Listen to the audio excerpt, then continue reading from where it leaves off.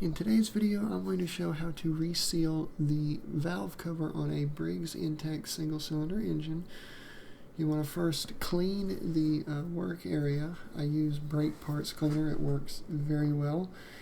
You're going to clean all around the valve cover and the bolts and all of that so you don't get no dirt or trash inside the engine, as it is very clean inside. Now this is a common problem on these Briggs motors, and it's very easy to fix. So you're going to need a 3/8 or a 10 millimeter, and 1/4 inch hand tools work well. Sometimes I will use an impact, but I always break them loose by hand.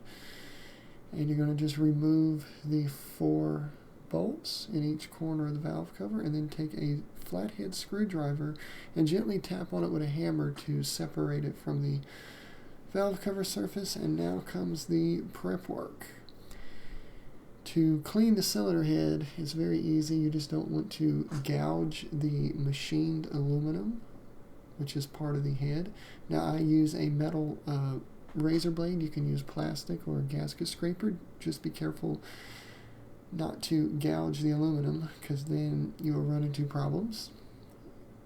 And the head itself is easy to clean. Now the valve cover is where the sealer is applied to at the factory, and it is very tedious to get this valve cover clean. It took me probably a good 10 minutes of scraping with a metal razor blade, and the same goes for the valve cover. Is don't gouge the metal, because you will run into problems.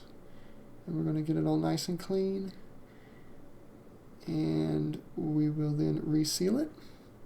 Now I use black RTV gasket maker.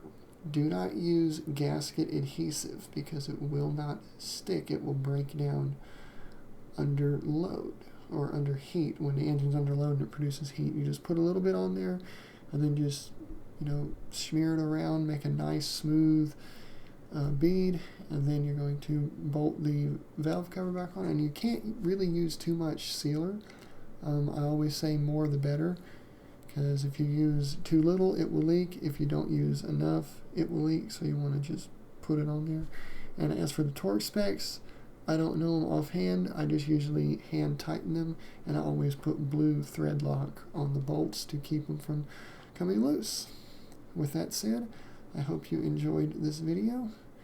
If you did, please leave a like and a comment, and be sure to subscribe, and I will see you all in the next video.